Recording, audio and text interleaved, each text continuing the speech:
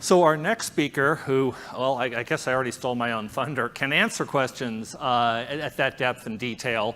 We'll have him back on tomorrow. As I mentioned earlier, we are going to have a user conference. It will be more specifically talking about our products, our roadmap, and our implementation. Today was emphasizing a little broader view, and especially this question of what AI is productive for the mission and what is just hype. So today, Kfir's prepped presentation will be on today's broad topic, but I will ask him very briefly to talk about what we have done, taking some off-the-shelf. All of this starts as some sort of off-the-shelf technique, whether we get it out of an academic paper or from open source software, or if we write our own software. But the key is what we do for what those questions just went to. How do we do language alignment? And I will pass to our chief scientist here, Kfir Bar, who is implementing and guiding all of this.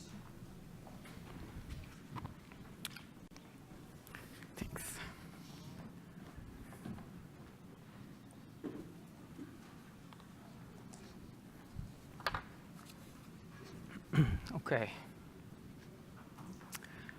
Thanks, Chris.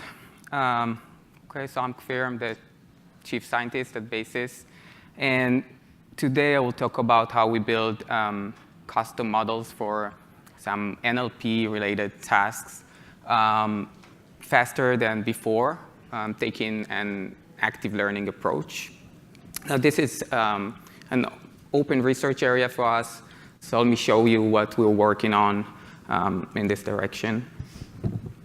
So supervised machine learning is what we use to describe a classification problem, where domain experts provide some learning examples to an algorithm, which then uses them to learn how to handle a new unseen item. So as you can see here, this is an example for a classification problem where a machine is given fruits, and then it is expected to classify them by their name or label. So let's say we want to build this app, fruit detector, like Shazam for fruits, if you like.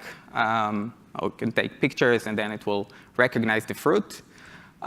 So for that, we'll have to train a classifier, a fruit classifier, that we will train on a training set composed of fruits and their names. And we can prepare this collection of fruits and names. It should be fairly easy for us humans to name fruits.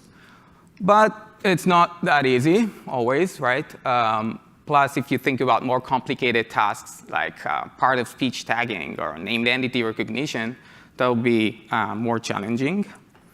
But once we collect enough samples, we can then train the classifier and then use it to predict the label of an unseen item, like this cherry here. Now, every individual cherry is a bit different. It's true that all cherries have some common characteristics which we hope that the classifier would capture. But keep in mind that every individual instance is a bit different. Now, the main problem with this, with supervised learning, one of the problems is that you don't really know how many learning examples you need to train your classifier to get to a reasonable level of accuracy. It's more like trying and learning. So let me talk about how we create these training sets. So we're going to need help from domain experts. And then we need to pay them, of course, a lot, usually. Sometimes it's very difficult to find the right people to do the work on specific tasks, if you think about part of speech tagging for Cambodian, for example, or even for English. But once you have the right people on your team, so they will do the annotation, right? They will annotate the text with, or the instances with some labels that you care about. So the standard process, standard annotation process goes like this. So first you collect some unlabeled data. And then in our case, it will be just a large collection of fruits. And then you select an item randomly from that collection, and then you tag it with the correct label. we call it the gold label, gold standard. And then you do this over and over, right? You select an item randomly, tag it, and so on. And once you believe that you have enough samples, you stop, and the engineers will help you to train a classifier, evaluate it, and then if you're happy with the results, you just deploy the model and then move on to the next task. If not, one of the things that you can do is to go back to step number 1 and collect more data, do more annotations, and so on. One of the problems with this approach is that when you select an item randomly, that item could be similar to some other items that you have picked up in previous rounds.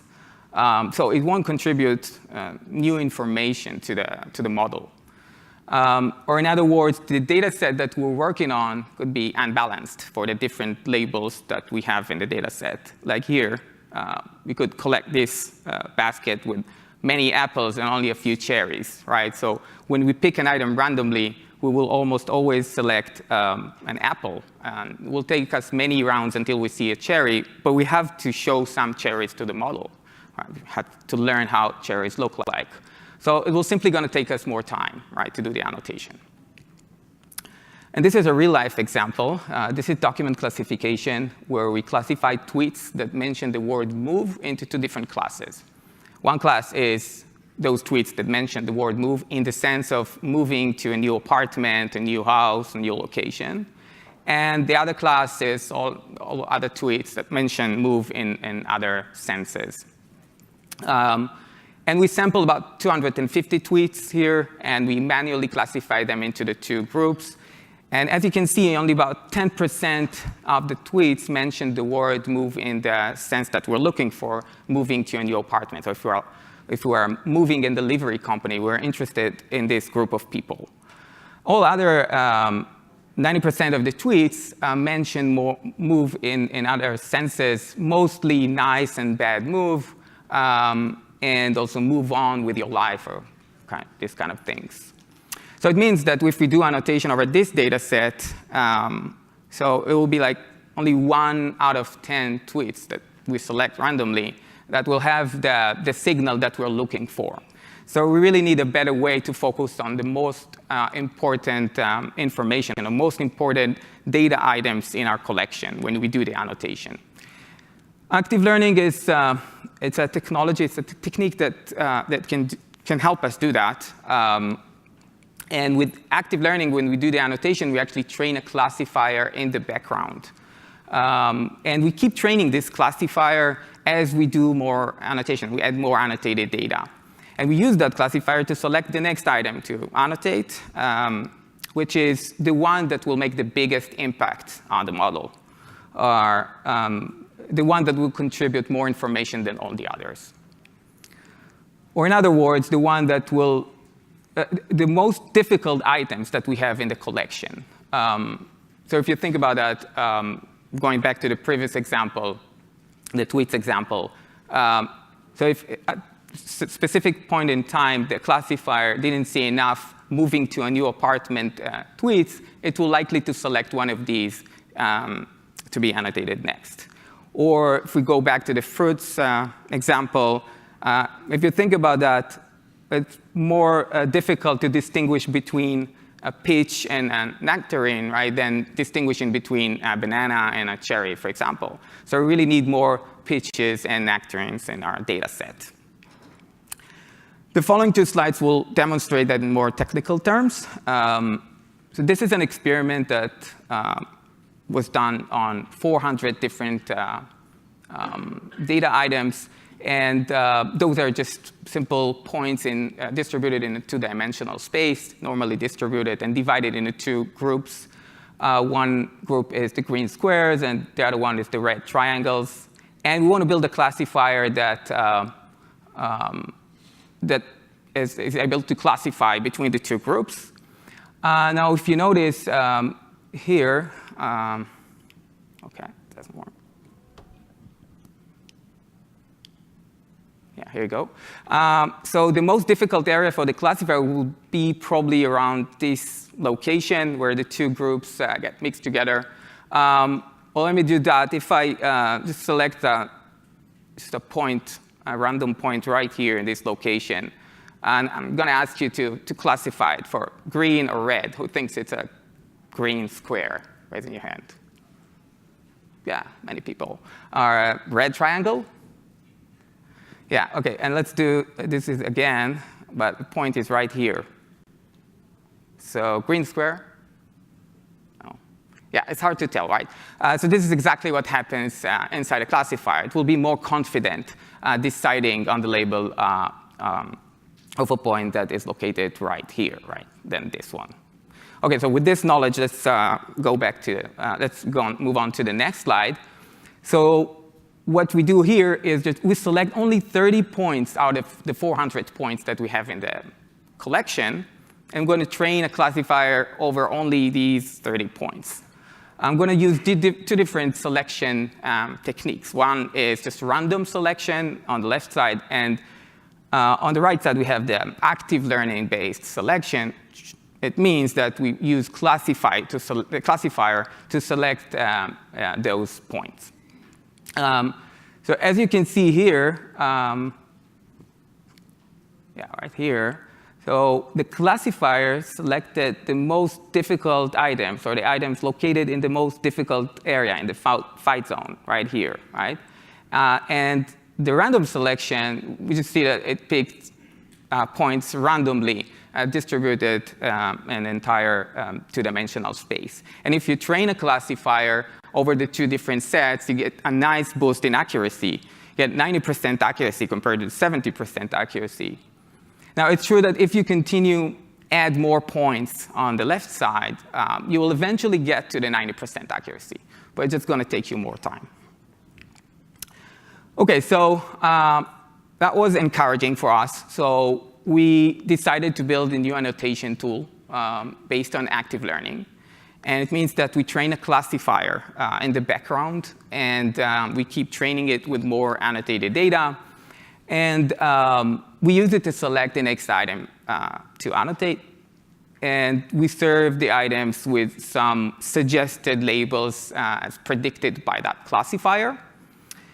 And we also use a portion of the annotated data so far to evaluate the classifier and then show you some results. It's kind of a dashboard, like accuracy, precision, F-measure. Here you can decide using these numbers when you want to stop the annotation process. We focus now on named entity recognition, but we plan to expand it to support other NLP tasks like document classification and sentiment analysis. So just to set the background, named entity recognition is about finding names, right, of people, organizations, locations, and some other types in different languages in running text. This is just an example. According to Elon Musk, Mars rocket will fly short flights next year. So Elon Musk is a person entity, Mars is a location, and next year is a date entity. Now, this is how it looks like in our tool, in the new tool. Now, remember that this is only like an internal version. It's not ready to be released yet, so just going to give you first look at it. And as you can see on the left side, this is when you start to do the annotation. So you get a sentence, and then you can select and add more labels, and then hit submit to submit it and send it back into our system. And once you have enough labeled samples, labeled sentences, you can see on the right side, right here, that we provide some numbers already. We start training that classifier in the background, and you get to see some numbers, precision, recall, F-measure, and so on. All right, and then you can, when you get the next item to annotate, you get it with some labels in place already. So you just need to correct them, remove them, or add more labels, and then send it back by hitting submit. So specifically for named entity recognition in English, we did this experiment. So we compared active learning with random selection. Active learning is the green curve right there, and random selection is the red curve. And the x-axis here is the number of words that we use, that we have in the data set, the annotated data set. And this number grows larger as we do and we add more annotated data. The y-axis is the accuracy of a classifier that we trained over that data set of the size of the number of words that we have in the x-axis. And as you can see right here, so with active learning, we were able to get to a reasonable level of accuracy, about 80%. Both were measured on the same evaluation set, all things equal. And this is with only 200,000 words, annotated words, comparing to random selection, get to the same 80% accuracy, it takes about 700,000 annotated words. So with less than 30% of the annotated data, we're able to get to the same level of accuracy. So now let me tell you a little bit how it works. I won't go into too many details, but if you have any questions, happy to answer.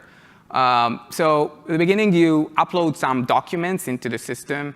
And for named entity recognition, we break those documents into sentences. So a sentence is what you're really going to annotate.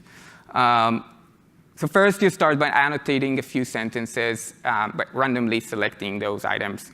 We don't train a classifier at the beginning because it might be too noisy. We don't have enough data. But once you have enough data, annotated data in the system, we start training that classifier, and we use it to calculate confidence score for every unlabeled sentence in the collection, as you can see here. And then we select the next, the one with the lowest confidence score to be annotated next. And we serve it to the user, to the annotator, with some suggested labels so we can correct them and then send it back to the system. Now, the model that we use behind the scene here is it's based on a neural net. We specifically use a flavor of RNN, recurrent neural network. It's LSTM, or long short-term memory model. So I won't go into too many details here. We'll just say that the input for this model is a sequence of words. And then for every word, we predict a group of, or collection of probabilities right here. Yeah, right here.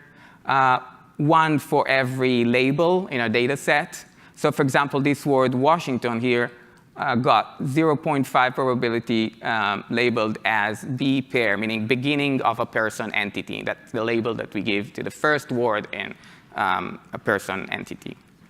And then we have this, we calculate all these numbers for every word here, not just for the first one, for every one. And higher probability means higher confidence, right? So we use these numbers to calculate a single score, a single confidence score. We do some aggregations, and for the entire sentence. And we use that as a confidence score to select the next item to annotate. OK, so before we wrap up, just one last thing I want to mention here is, so we'll offer this tool, among other things, with this feature that capability for you that you can take one of our models, and then you can continue training it with your own data. For example, you could take our English named entity recognition model and then continue training it with data from a different domain or genre, right? So our existing English model was trained mainly on news, on product reviews, on some financial data. But you can start with this model and then add some documents from, for example, like legal contracts, and make it work better on legal contracts. And that will be faster than what you did before. That's it. I'm done. Thank you so much, and happy to take any questions.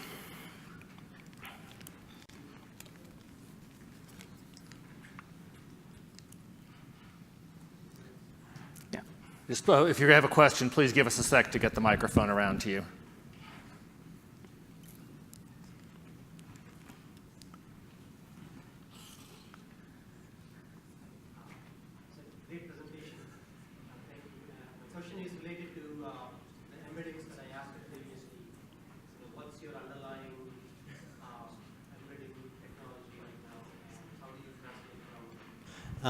One language space to another language space. Yeah, OK. So in terms of technology, we use different technologies for different languages. Mostly things that you mentioned, Word2Vec are similar to Word2Vec and FastText, for example. These kind of technologies that we use, and we use, and you asked about how we map between different languages. So we have an algorithm that calculates a transform. If you think about it mathematically, have one matrix of all vectors in one language, and you have another matrix of all vectors in another language. So you want to find the transformation from one matrix into the other. We do that by using a small, relatively small dictionary, like 5,000 items or 10,000 items. That's small enough. And we use these dictionaries to find anchors between the two matrices. And then we learn the transformation between those two matrices based on those anchors. Once you learn that transformation, it doesn't have to be linear transformation, for example. Once you learn that transformation, you can apply it on one of the matrices to bring it back into the same space. That's what we do. And we map everything into the English space. So this is why it works. Hello? Yeah. Do you have an idea? I know this has not been released yet, but do you care to give an estimate of the level of effort that would be decreased through this product? Because at the top level, you're decreasing the amount of the time needed to classify documents. How much time would you estimate that you'd be able to reduce using this? So we measured it in number of words or number of items that you need to calculate to annotate, actually, right? In terms of time, yeah, it will reduce time dramatically, I'm assuming. To guess how much, I guess, like, what, 50% or something like that. But it really depends on the task.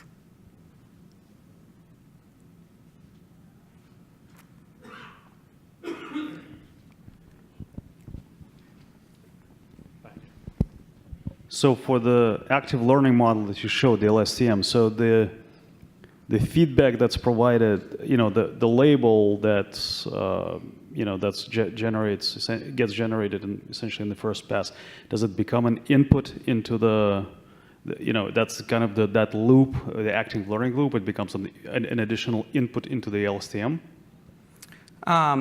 Both. So we use these numbers. So not that probabilities, but LSTM uses an internal vector that goes between one word and the other, right? So it's a sequence labeling model. So all these information flows across the entire sentence, right? The entire model. The probabilities are not going back into the model. We just use them to calculate perplexity score. That's just a simple score that we calculate over these probabilities.